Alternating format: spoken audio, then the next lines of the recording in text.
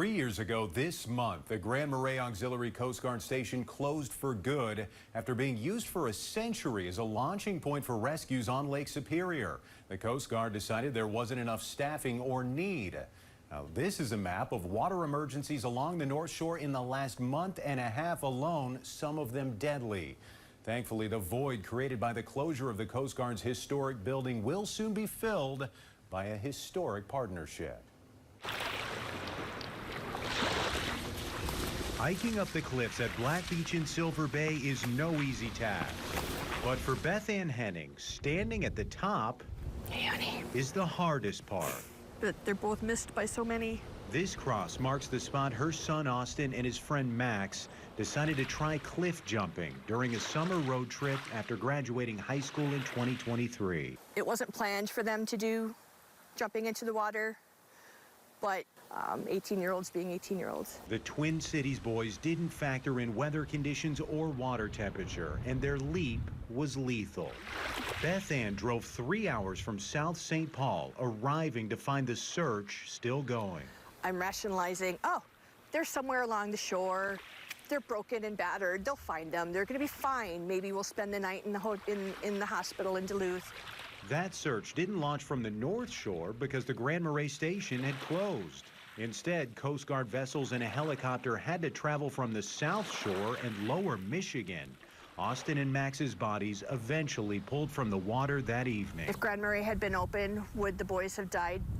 Probably. It would still, I think, having somebody on the spot here sooner, maybe it wouldn't have taken as long to find them. Immediately after the tragedy, lawmakers like State Senator Grant Hochschild called for the Coast Guard to reopen its Grand Marais station. And now that we've seen what happens when we don't have a Coast Guard along the North Shore, my hope is that the Coast Guard may reconsider. But they never did. So some people way up the shore decided to take matters into their own hands. Our tribe was concerned. Seth Moore is Director of Natural Resources with the Grand Portage Band. Frequently out on the water for work, he's found himself responding to emergencies in the Coast Guard's absence. We had a fishing vessel catch fire last summer. We had a person fall off of a vessel on the way to Isle Royal. Problem is, his vessel's not equipped for rescues. So the tiny tribe of fewer than 1,000 members began lobbying lawmakers for funding to create their own marine unit with the Cook County Sheriff's Office. This is the All-Star. And it worked. In the Duluth Superior Port, Lake Assault Boats is test driving one of the vessels it custom made the new marine unit. You can see our Starlink router sitting here. Millions in state funding going toward 4 boats that meet full Navy standards and can survive some of the worst Lake Superior conditions. As remote as that can be up there, to be able to have something on the water to respond, and then to have something of this caliber ×4 is going to be a huge benefit to those guys up there. This is a 33-foot vessel. Down below here, you've got some extra room for passengers, for storage. Up above, you've got 2 different monitors with full navigation, GPS, radar, infrared, really everything that's needed to help save a life out on the water. And outside, you've got everything that's needed to go really fast. We maxed it out at 55 miles an hour. 2 of the boats will go to Grand Portage and 2 go to Cook County, but one will be shared with Lake County to help secure an even larger part of the shore. Everyone involved set to receive specialized training. We are sending 2 of our deputies to Coast Guard Captain School, so at least we'll have 2 deputies trained who can at least drive the boat and maneuver the boat. The Coast Guard in Duluth offering up that training to Cook County and the Grand Portage Band for free as the agencies embark on a first-in-the-nation tribal-led marine unit. Having something that we could launch safely in rough weather and is built for towing other boats or being able to haul people over the side. Every visitor on the North Shore should be grateful to Grand Portage for getting these boats and for initiating this whole program.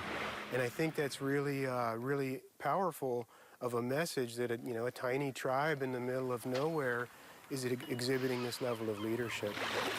We lost the future here. While the Marine Unit's mission is to save lives, its creation is also offering comfort. The lemonade we're trying to make out of lemons. Knowing that her loss forever changed North Shore emergency response might lessen the heartache for the next hike.